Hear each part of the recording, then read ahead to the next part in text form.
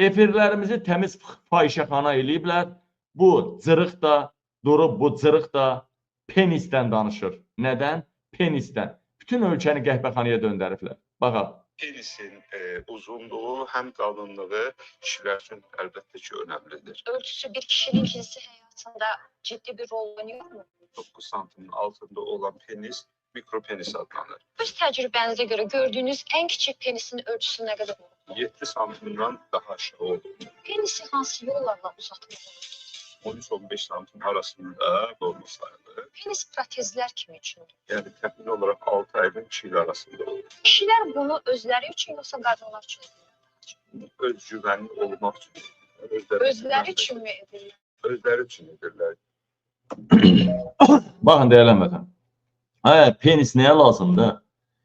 Vay, penis 22 oldu santimetrə. Vay, nə bilim, 8-10 santimetr. Penis. Azərbaycanın dərdi penis dərdidir. Ay, sizin bu hakimiyyətin başda İlham Əliyev olmaqdan, axırda Elman Nəsirov olmaqdan, ay, hamınızın arvadınızın, qızınızın ağzına elə penis olsun o 8, 10, 12, 15, 20, 22 hər nə isə. Bədbəh olur. Zaten biz İlham Əliyev orada qalsa heç kimin penisi durmayacaq. Zaten cəmaat qız tapır, evlənməyə imkan yoxdur, evlənən də bir neçə ailə arvad saxlaya bilmir. Bu penis oldu nədir, olmadı nədir? Penisin yenə yekə olmağı Azərbaycanın oğlanlarına ziyandır.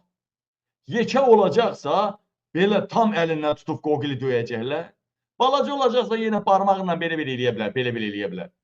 Məsələn, birisi də Rövnək Abdullayevin ki, balacaydı. Cavid Qurbanovdan, o böyütdürübdür. Mən elə belə söz deməmişəm o vaxtda. Neçə, bəlkə də 7 il bundan qabaq dediyim sözün üstündə dururam. Onlar da balacaydı, bu boydaydı, böyütdürdülər, hər nəysə. Belə eləyirlər balaca barmaqlarla və salam qutarı getdi. Baxın, Azərbaycan efirləri penisdən danışır, qəhbəlikdən danışır. Biri çıxır qışlarını qaldırır, belə lazerlə o gündəyməz yerini təmizlətdirirlər. O bununla dalaşır, bu onu söyür, o bunu söyür, bu bunun paltarını atır. Gəldi. Nə gündəsiniz sizə? Mehriban Əliyeva lüt heykəlləri düzür Azərbaycana. Hələ bir xarici İşlər naziri vardı, Elmar Məmmədyarov. Daha doğrusu onun Məmmədyarov deyil, onun Məmmədyandır, nədir? Erməni də uğraş, qız da. Deməli, iki oğluna da iki erməni qızı alıb. Hələ bildiyim qədərilə o qızlar ya əmi uşağıdır, ya bacıdırlar. Və erməni qızlarına, oğlanlarını aldığı erməni qızlarına Amerikada hərəsinə 4 milyon dollarlıq villa alıb. Hərəsinə 4 milyon dollar. Elmar Məmmədyorov. Elmar Məmmədyorov nazirləri yığıb başına, xaricdən də birçidən nə bilim səfir tapmışlar. Lüt Erotika muzeyi var idi. O şəkillər kimdə varsa mənə atsın, xahiş edirəm. Onu mən itirmişəm o. Elmar Məmmədyorov nazirlərlə, rəhbərlərlə Lüt Erotika muzeyində olduğu şəkilləri mənə atın, onu təzdən paylaşım mən.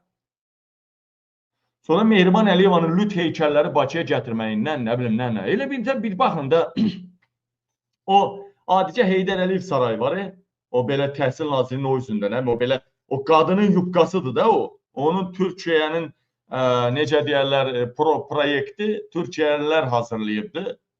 O qadının yubqasıdır, külək vuran yubqa belə dalğalanır, belə dalğalanır, göyə qalxır, altdan götü görünür, o göyə qalxan külək formasında belə yubqanı qoyublar. Bunlar nəsillikcə qəhbədir, nəsillikcə də qəhbəliyə meyillidir, ölkəni də qəhbəxanaya döndərdilər. Artıq İlham Əliyev Azərbaycanda görürsünüz ki, uzun zamandır bədənini və şərəfini satmadan həyatda qalma şansı qoymayıb xalqımızın heç bir nümayəndəsinə. Ya bədənini satmalısan, ya şərəfini satmalısan. Başqa cürə mümkün deyil. Deyil.